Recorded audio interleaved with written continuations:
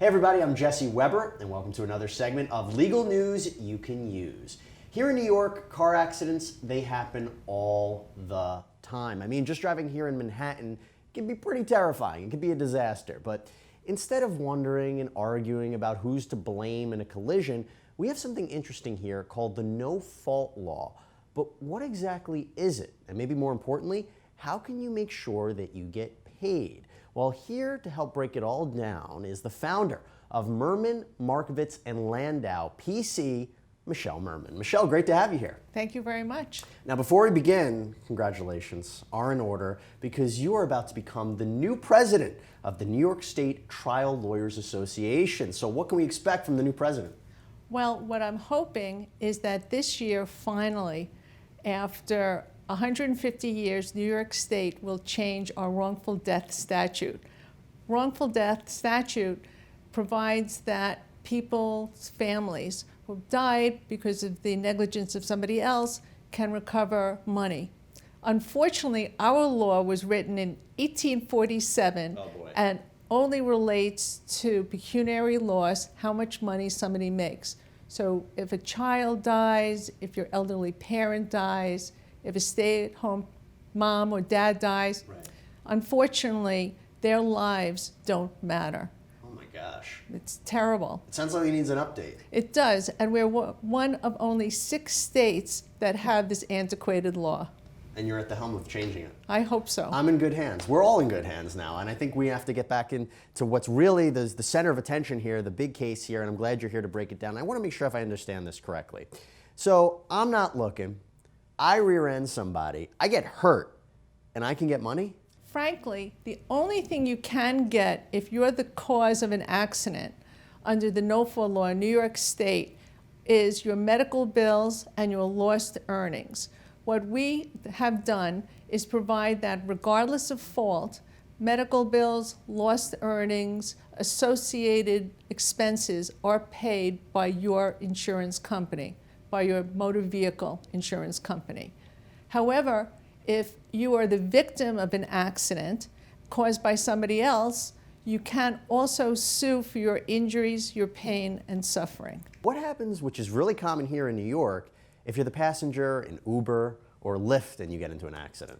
Well, with Uber, Lyft, and all the other ride shares, they too have, of course, liability insurance. In New York State, you cannot drive a motor vehicle without having insurance. They're governed by the Taxi and Limousine Commission. They have 100, 300 insurance, and now $200,000 in what we call PIP, or personal injury protection. What you might not know is that in New York City, we are really penalized. Once you get out of the 5 boroughs, all these rideshare vehicles are required to have $1,250,000 insurance. Wow. Once they cross the border, we only get 100, 300. That means that if, God forbid, you are in an accident and you have horrendous injuries, in New York City, you would get $100,000. Outside of New York City, if you lost your leg, lost your arm, were crippled for life, you might be able to recover the $1,250,000. That is mind-blowing, and I guarantee you a lot of people didn't realize that. And look, either way, I mean, you're getting something, as disparity as it is, but just because you're getting it, I'm guessing this isn't guaranteed, right? Because my understanding is you need to prove something called a serious injury. What is that? Correct. In order to recover for your injuries in New York State, in an automobile accident, you have to prove that you've had a serious injury under the law. And there are certain criteria that the legislature has passed. Some of them are self-evident: death, dismemberment, a fracture, significant scarring, loss of a fetus. Some are softer. For example, whether you've been homebound for 90 days and unable to do your usual and customary work, whether you have a permanent condition. For example, you can have a torn rotator cuff in a car accident, ultimately need surgery, have residuals. Well, it doesn't fall under death, dismemberment, or fracture.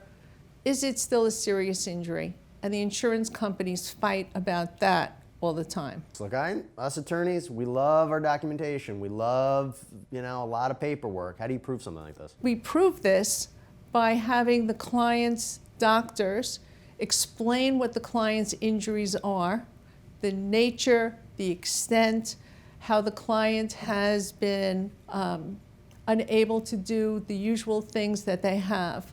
If we go to court and the injury is serious, we can have somebody come to court who knows the client, a pastor, a priest, an employer, who can say, yes, this person was able to do these things before the accident, but they can't do it any longer. I have to believe insurance companies love to fight this. They don't want to pay this out. Of course not. Warren Buffett is one of the owners of Geico. I don't think he's made his money by paying the insurance policies out. They love to hold on to their money.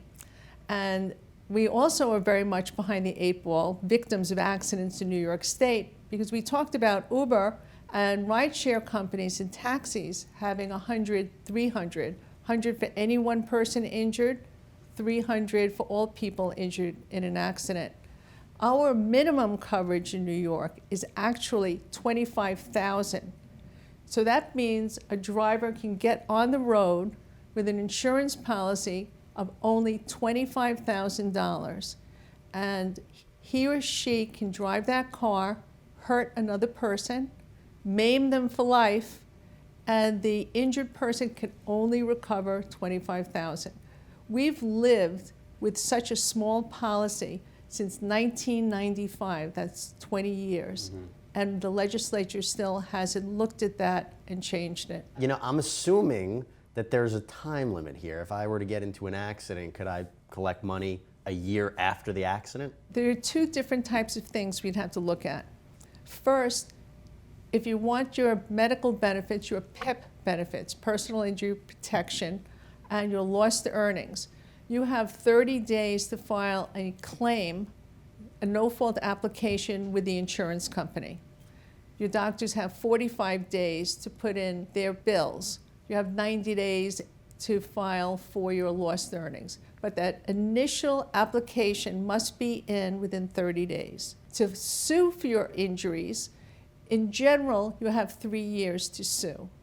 It's different if you're suing the transit authority or the New York City or another governmental entity. You have 90 days to file a notice of claim, a year and 90 days to sue. It's also different if you're a child. Of course, you have until you're 18 plus 3.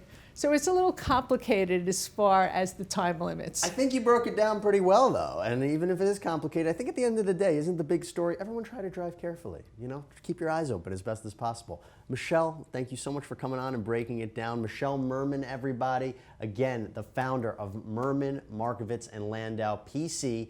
And for more legal news you can use, go to lawandcrime.com.